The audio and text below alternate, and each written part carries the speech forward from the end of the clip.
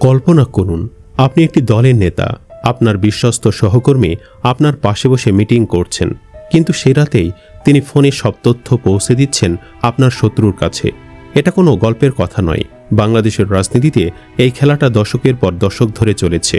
BNP যখন রাস্তায় আন্দোলন করছে, তখন দলের ভেতরেই কেউ কেউ সরকারকে বলে দিচ্ছে কোথায় কারা আছেন, কি পরিকল্পনা। আজকে আমরা সেই মানুষগুলোর কথা বলবো যারা বিএনপি নেতা ছিলেন, কিন্তু আসলে আওয়ামী লীগের স্বার্থ রক্ষা করতেন। শেষ পর্যন্ত দেখতে থাকুন, কারণ ৫ নম্বর ঘটনাটা সবচেয়ে বেশি হতবাক করবে আপনাকে। এই বিশ্বাসঘাতকতা কেন হয়? বাংলাদেশের রাজনীতির একটা বড় সত্য হলো, এখানে আদর্শের চেয়ে স্বার্থ বড়। ক্ষমতায় যে থাকে তার কাছে ভিড় করে অনেকেই। বিএনপির অনেক নেতা আওয়ামী লীগ সরকারের সময়ে নিজেদের টিকে রাখতে, ব্যবসা বাঁচাতে, মামলা এড়াতে গোপনে ওপারে পা দিয়েছেন। কেউ তথ্য দিয়েছে, কেউ ভোটের দিন ঘরে বসে থেকেছেন, কেউ বা প্রকাশ্যে দলের বিরুদ্ধে কাজ করেছেন। এই গল্পগুলো বাংলাদেশের মূলধারার মিডিয়া কখনো এক জায়গায় বলেনি। ১. কমলাপুরের বিএনপি মেয়র মনিরুল হক সাক্কু।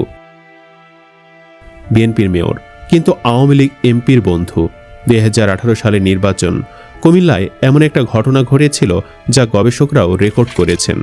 মূল ঘটনা: ২০১৮ সালে নির্বাচনে কুমিল্লায় তৎকালীন বিএনপি মেয়র মনিরুল হক সাক্কুকে আওয়ামী লীগের এমপি বাহাউদ্দিন বাহারের সমর্থক হিসেবে চিহ্নিত করা হয়েছিল, যাদের মধ্যে একটি অনানুষ্ঠানিক জোট ছিল বলে ব্যাপকভাবে বিশ্বাস করা হতো। সাক্কুর কর্মীরা বিএনপির এমপি প্রার্থীর বিপক্ষে কাজ করার নির্দেশ পেয়েছিলেন এবং নির্বাচনের দিন সক্রিয়ভাবে বিএনপির বিরুদ্ধে কাজ করেছিলেন বলে সাংবাদিক ও কর্মীরা অভিযোগ করেছেন। ভোটের দিন বিএনপির মেয়র আওয়ামী লীগের প্রার্থীকে জেতাতে মাঠে কাজ করলেন। এর চেয়ে বড় বিশ্বাসঘাতকতা আর কি হতে পারে? ২. বিএনপির সেই নেতারা যারা আওয়ামী লীগের পতনের পরও তাদের সাথে ছবি তুলেছে ও একসাথে প্রোগ্রাম করেছে। আগস্টের পরেও রং বদলানো চলছেই। ২০২৪ সালের ৫ আগস্টের পর ভাবা হয়েছিল এবার সব পরিষ্কার হয়ে যাবে, কিন্তু না, খেলা তখনও চলছিল। মূল ঘটনা: আওয়ামী লীগের কমপক্ষে ১ ডজন নেতাকর্মী পরিস্থিতি বদলে যাওয়ার পর রং পাল্টে বিএনপিতে ভেড়ার চেষ্টা করেছেন আওয়ামী লীগ নেতা আব্দুস সাত্তার, যিনি আওয়ামী লীগের সাধারণ সম্পাদক ওবায়দুল কাদেরের পরিবারের ঘনিষ্ঠ হিসেবে পরিচিত। বিএনপির কেন্দ্রীয় নেতাদের সাথে ছবি তোলা, একসাথে প্রোগ্রাম করে ফেসবুকে শেয়ার করায় বিষয়টি সামনে আসে। এতে বিএনপির স্থানীয় নেতারাও সমালোচনার মুখে পড়েন এবং তৃণমূলের কর্মীদের মধ্যে তীব্র অসন্তোষ তৈরি হয়। আওয়ামী লীগ নিষিদ্ধ হওয়ার পরও তাদের লোকেরা বিএনপিতে ঢুকে পড়ছে, আর বিএনপির কিছু নেতা তাদের স্বাগত জানাচ্ছেন। প্রশ্ন হলো কেন? ৩. খুলনার বিএনপির নেতারা আওয়ামী লীগের ভোট পেতে বিএনপির নেতা নিজের দলকে শেষ করলেন। খুলনা বাংলাদেশের দক্ষিণের শহর। এখানেও ২০১৮ সালে নির্বাচনে একই খেলা হয়েছিল। মূল ঘটনা: খুলনায় একজন সাবেক বিএনপি এমপি তার সমর্থকদের আওয়ামী লীগের প্রার্থীকে ভোট দিতে নির্দেশ দিয়েছিলেন বলে একাধিক সূত্র জানিয়েছে।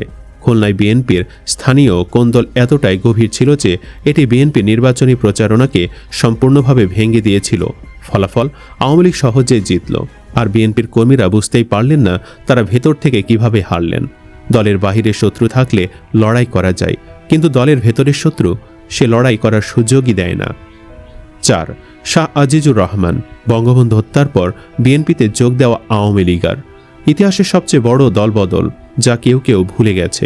এই নামটা সবচেয়ে পুরনো, কিন্তু সবচেয়ে গুরুত্বপূর্ণ, কারণ এই ইতিহাস না জানলে বুঝবেন না বিএনপির ভেতরে আওয়ামী লীগের শিকড় কতটা গভীর। মূল ঘটনা: বিএনপির প্রথম সংসদে শাহ আজিজুর রহমানকে প্রধানমন্ত্রী নির্বাচিত করা হয়েছিল, কিন্তু এই শাহ আজিজুর রহমান ছিলেন মূলত আওয়ামী লীগের ধারার রাজনীতিবিদ। ১৯৭৫ সালের পর রাজনৈতিক প্রয়োজনে জিয়াউর রহমানের সাথে যোগ দেন, কিন্তু তার রাজনৈতিক মতাদর্শ কখনো পুরোপুরি বিএনপির ছিল না। বিএনপি গঠনের সময় বিভিন্ন মতাদর্শের রাজনীতিবিদরা একসাথে আসেন, চীনপন্থী, বামপন্থী থেকে শুরু করে ইসলামপন্থী পর্যন্ত, যা দলের ভেতরে আদর্শিক দ্বন্দ্বের বীজ বপন করেছিল। বিএনপির জন্মের সময়ে এমন মানুষ দলে ঢুকেছিল যাদের শিকড় অন্য দলে। সেই ঐতিহ্য আজও চলছে। ৫. এনএসআই, ডিজিএফআই এর তথ্য সরবরাহকারী অজ্ঞাত বিএনপি নেতারা। নাম প্রকাশ না হলেও ঘটনাটা সত্যি। শুরুটা করি একটু ভিন্নভাবে।